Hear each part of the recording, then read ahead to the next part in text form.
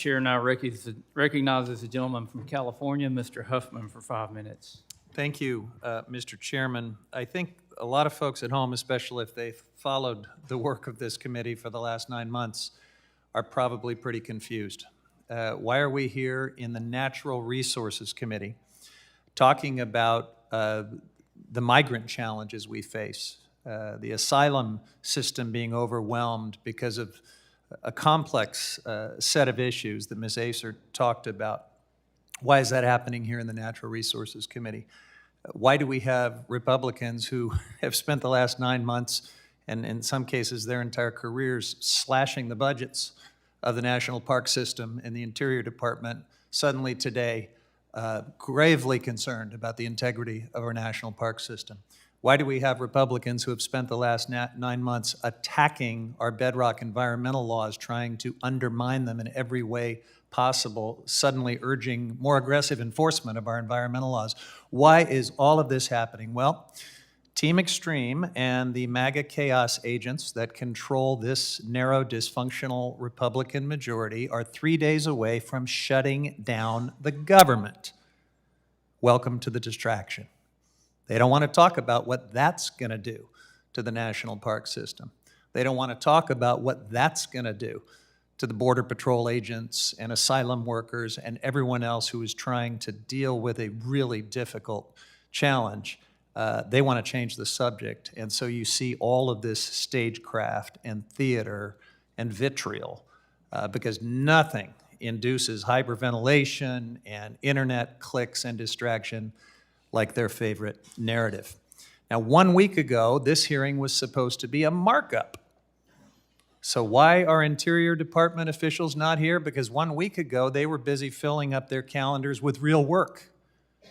But something changed as we got closer to that MAGA government shutdown. A distraction was needed, and so this hearing was quickly repurposed to an oversight hearing about something that you have to stretch and strain the jurisdiction of this committee to even be talking about. That is why we are here. And it's also popular. We've got Republican members waving on to this committee to be part of it. Isn't that interesting? Now, why New York City? I don't really think of most of my Republican colleagues as caring much about New York City most of the time. But the fact is, this narrow, dysfunctional Republican majority runs through the state of New York. And right now, because of a series of unfortunate events, some Republicans managed to get themselves elected to Congress, and they are about to be held accountable for the chaos and dysfunction of this crazy Republican majority and the government shutdown that we're 3 days away from bringing. And they need some air cover. They need a distraction. And so that's why we're here. That's why we're talking about this unlikely issue, and that's why it is centered in, of all places, New York City. It's about distraction and air cover.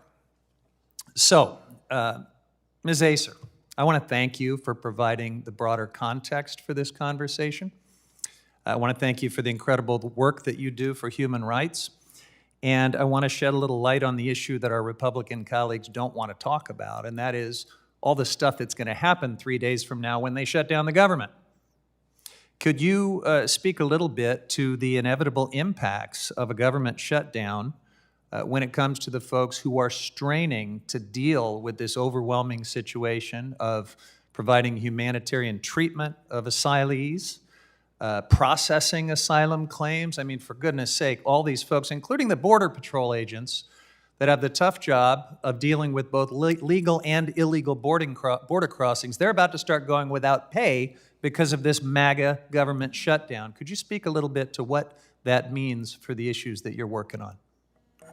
Certainly. Thank you, Congressmember. A government shutdown would be disastrous and would undermine the U.S. ability to manage migration and refugee protection at home and regionally.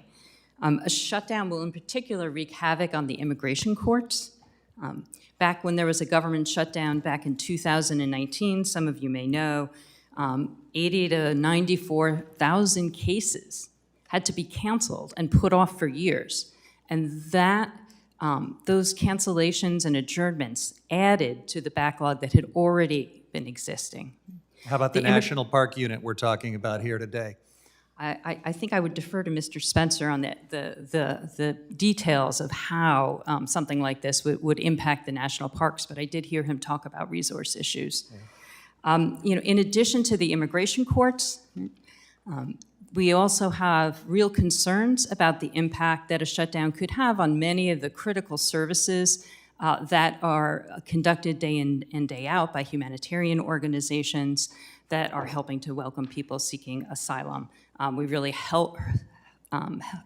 urge that steps be taken to ensure that that does not happen, because that would really be a disaster for U.S. communities. Thank you, Ms. Acer. I'm out of time. I yield back.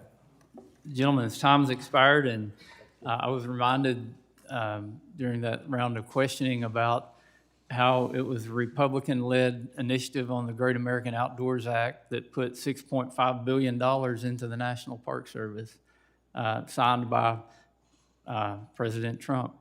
So thank you for that reminder. The chair now recognizes the gentleman from California, Mr.